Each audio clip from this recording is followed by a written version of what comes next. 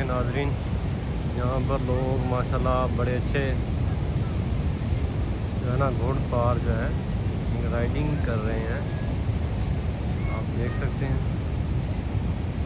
ये तो अभी कुछ भी नहीं है, हम ये बड़े एक शॉर्ट से एरिया में है जहाँ पर अभी कुछ भी टूरिज़्म नहीं है, लेकिन ये बहुत ही फेमस एरिया है यहाँ का, जो सिटी लिमिट में है ये।